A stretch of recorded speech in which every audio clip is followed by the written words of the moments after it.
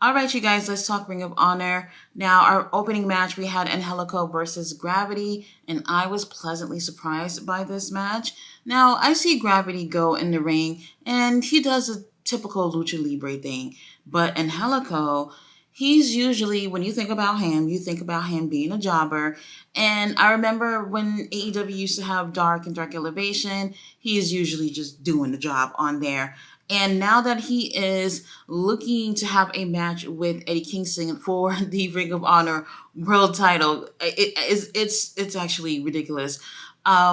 He's finally put his best foot forward these past few weeks, and tonight it was the best match I've ever seen him in. I I can't say that anybody who gets in the ring in AEW is not talented. We do know that some people are just there to be the carpenters. However, tonight we have Angelico letting everyone knows that he got what it takes to get that Ring of Honor title. So I was really, really impressed with how well he hanged in the ring with Gravity. Now, he had a lot of energy, and it just seems like a totally different person compared to what we normally see with him. So I was really surprised to see just how talented he is. Now, that goes to say that there are a lot of people who in professional wrestling they play that role of being the jobber or whatnot. And unfortunately, we don't get a chance to see how talented that they are. And I'm glad that since Ring of Honor has started, we've gotten a chance to see some of those people transition from jobbers to actually looking like really great wrestlers on screen. So this is one of those situations where it was just like, okay, Angelico, I see you. You're not going to get that Ring of Honor world title, but I see you now. Now he's gonna have that match with Eddie Kingston. When I have no idea, it seems like Eddie Kingston is just too busy to be in Ring of Honor, and that's a recurring theme with damn near all the champions at Ring of Honor right now, except for Athena. And once that match actually happened, I know he won't take the win. However, I want to see Ring of Honor continue to use him in the way we saw him tonight.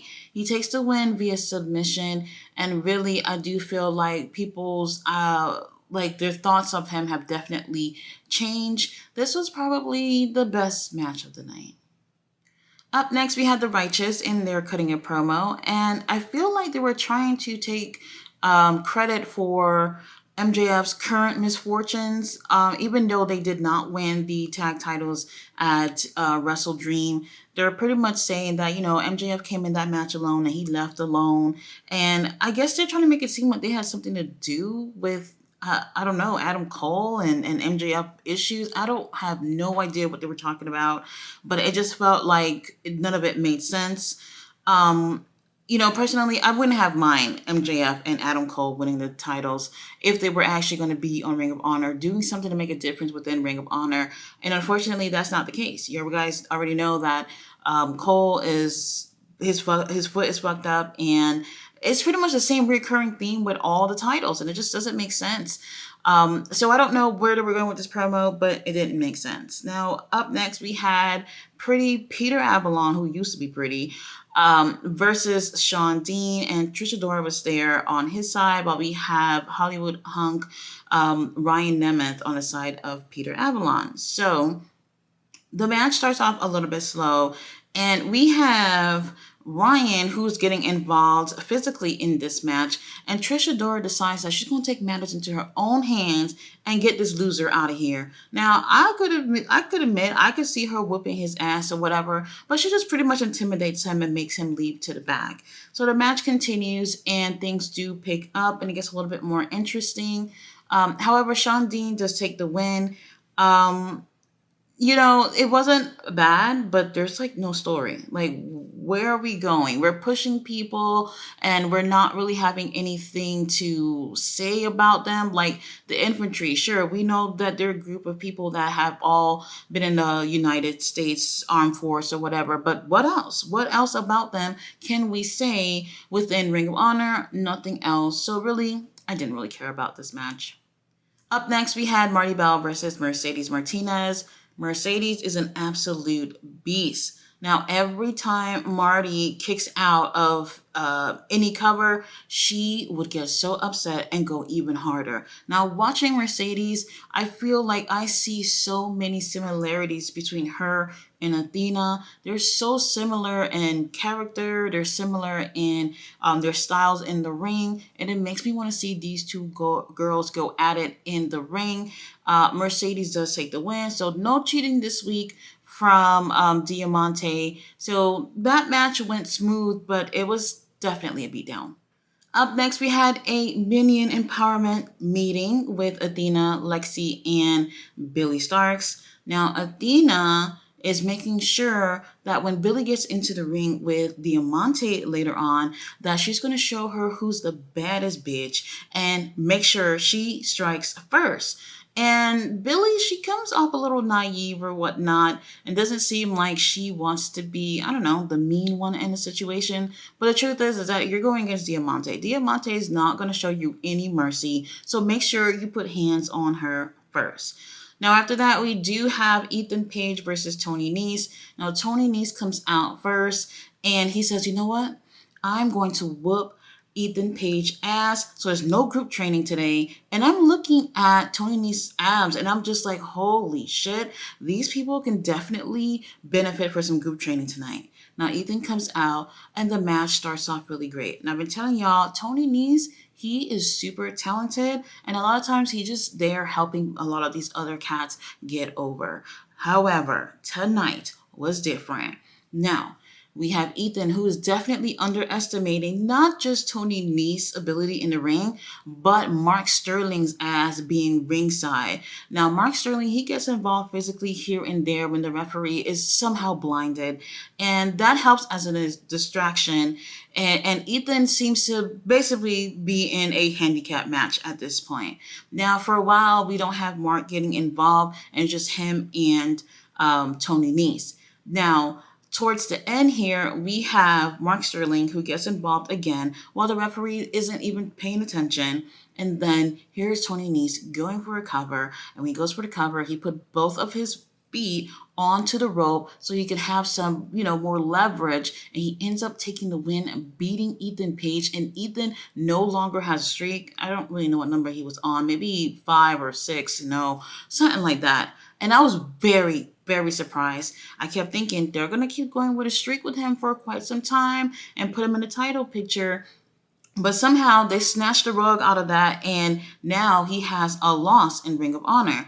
And everybody's booing. Everyone's upset or whatnot. Ethan is upset. And Tony Nese is trying to adhere to the code of honor and goes and shake Ethan's hand. And Ethan is like, bitch, I'm not touching your hand. Like, I don't even want to have anything to do with you. But then the referee is looking at him like, bitch, shake his hand. So then Ethan goes and shake his hand. And Tony Nese is like, psych, bitch. And then he's leaving. Now, Ethan is so infuriated at this point.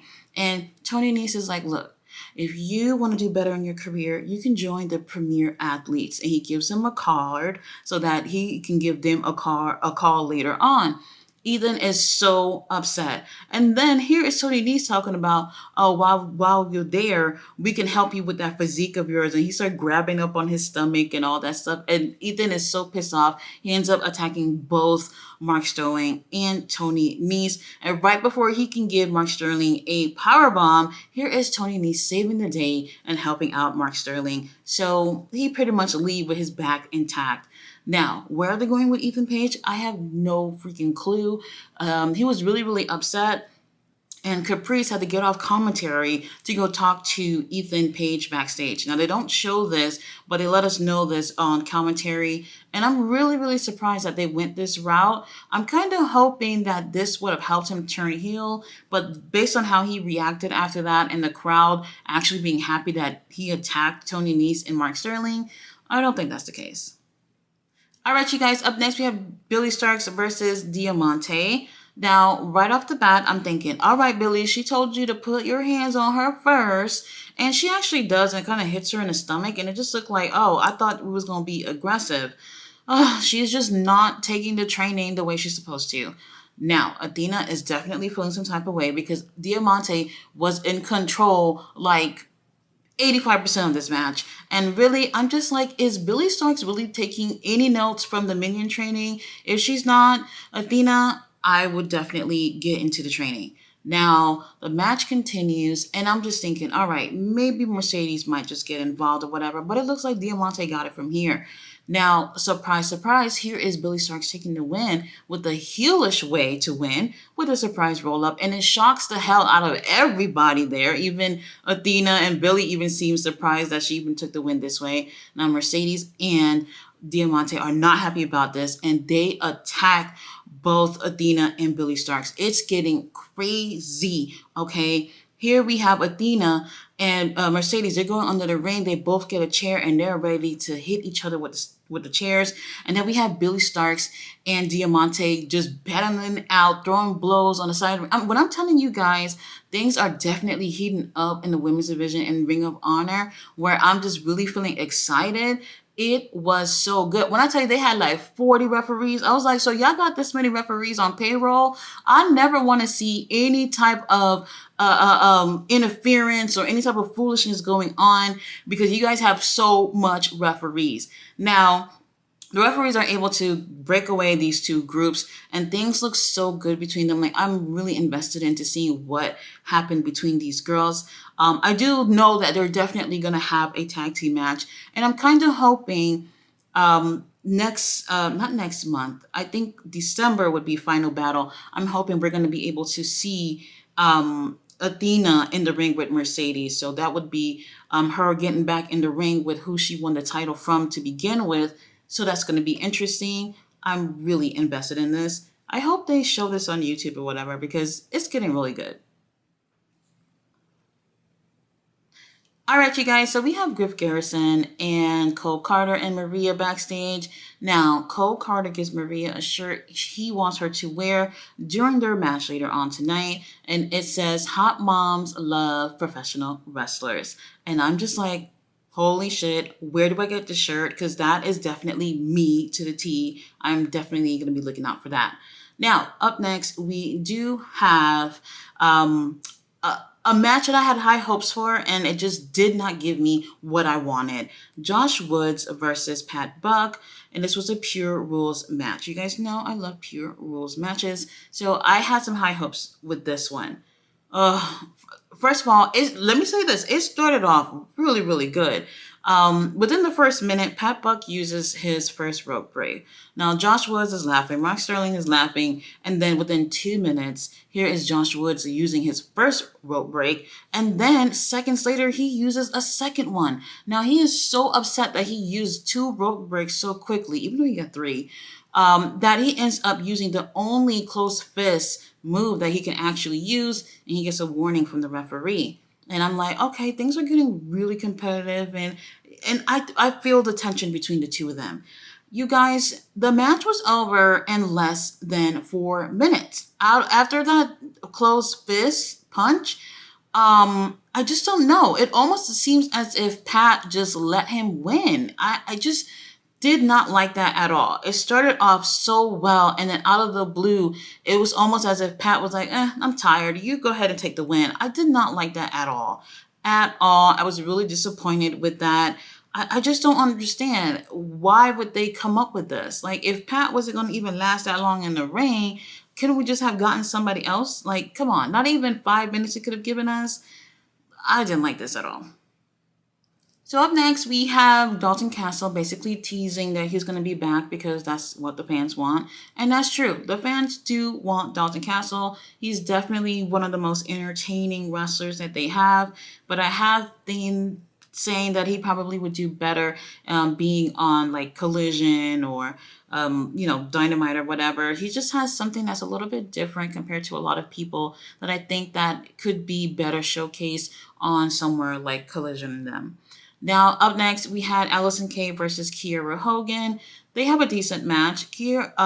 Allison actually has her own entrance now. She has her own music and everything, so that's really great to see because she has not had that prior to tonight.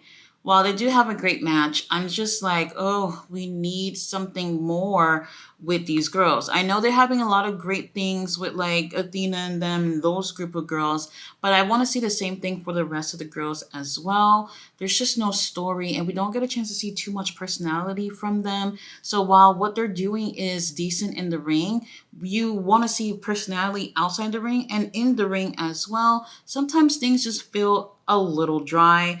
Kiara Hogan does take the win, and I do see her improving a lot, whether she's doing trios, tag, or if she's doing solo or whatnot. But she needs a hell of a lot more, and she's someone that I thought would have had a lot more going for herself. I thought that when they did the whole baddies situation, that they did this to help make the other girls grow. And unfortunately, it just was like a more of a one-sided thing for Jade Cargill. So Kiara's gonna have to live out of that and make a name for herself. She has a lot of work to do. Up next, we have the Righteous in a squash match. I didn't even catch the names of the people they were in the ring with. It is absolutely ridiculous. I didn't like this. Now, after that, we have Lady Frost versus Zoe Lynn. Zoe barely got to touch Lady Frost, and Lady Frost takes the win in a really short match, but she looked really, really great here. I have to say this though. Lady Frost, she's super talented, but for whatever reason, she does not win against the girls that seem to be Ring of Honor girls. She tends to win matches against the girls that come over just to have like squash matches or whatever. So in that way, I'm just like, well, why are they doing that? Are they just trying to keep her away from the rest of the girls? Like, it just kind of feels a little weird that she only wins against girls that are not necessarily part of Ring of Honor. So that's a little bit annoying. Now, after that, we do have Metalik and Commander with a really, really great match. This was short too. By the way, the show was an hour and a half, so maybe that's why everything felt short. But this also was worth watching. Not sure exactly how long this was, probably slightly over 5 minutes, but these guys were on point, hitting everything, and I didn't feel like they had to think too much and hesitate in between moves. Their chemistry was absolutely amazing, and the crowd was in for it the whole time. I want to say I'm surprised that Commander took the win. I just don't know what it is. It just seems like Commander, he started being on Ring of Honor more often since he won that AAA title. And since he's won that title in AAA, every time he comes out, he wins. So sure, his title's not on the line, but even though he's not, defending that title, they're still trying to make him look great, regardless, because he is holding gold. So in a way, I was surprised, but kind of not surprised. But this was another match that I do think was worth watching. All right, you guys, main event time. We had the Gates of Agony versus the Workhorsemen versus Darius Martin and Action Andretti. Every time I see Darius and Action Andretti, I'm just like, y'all just look so good together. Like you don't even miss Dante at all. Action Andretti look like you can be Dante. So Dante, wherever you are, I hope you're healing up real well after breaking your leg and breaking up with Sky Blue. Yeah. Anyway, I was not happy with this. Was this bad? No, but the match was like slightly under 4 minutes. I don't want to see no main event for 4 minutes. Are you guys serious? You have three of the best tag teams in Ring of Honor, and all they could have done was literally about 4 minutes in the ring for a main event. Like I've said before, Ring of Honor is tape. They can manipulate the show and put it in whatever fucking order they want to. And they made a choice to put that last when they could have said, you know what? Maybe we can switch it and put Commander and Metalik last. I mean, it wasn't that long either, but it would have been better as a main event. They could have switched things up, and for whatever reason, they did not take advantage of that. So I kind of it ended the show off in a sour note where I'm just like, all right, an hour and a half. I'm not gonna trip about how long it was, but for you to end it like this, I don't feel like I got my money's worth this week. Now, how do I feel about Ring of Honor so far? The year is almost coming to an end. The women's division have definitely picked up, thanks to Athena. And that's the only title that we see consistently on Ring of Honor TV. That everybody who's paying for the damn thing, we only get to see one champion. Everybody else, we don't really get to see them. No, let me take that back. After Athena, the one that we see more often is Shibata. He's not always there, but that's when we get to see the most often after that. So I'm disappointed when it comes to all the other titles. And I feel like there's a lot of work that needs to be done. At this point, I'm not really sure what's going to happen at the final battle pay-per-view. We kind of don't see it from here, but they're going to definitely give us a really good pay-per-view like they normally do. But in terms of the show and me recommending to have a subscription, I still will say keep the little $10 in your wallet. We're going to have to wait for quite some time before it's actually really, really worth it. In the meantime, I'll be the sacrificial lamb watching and letting you guys know what's going on. So guys, thanks for watching my review. I will be back tomorrow with Rampage. Bye.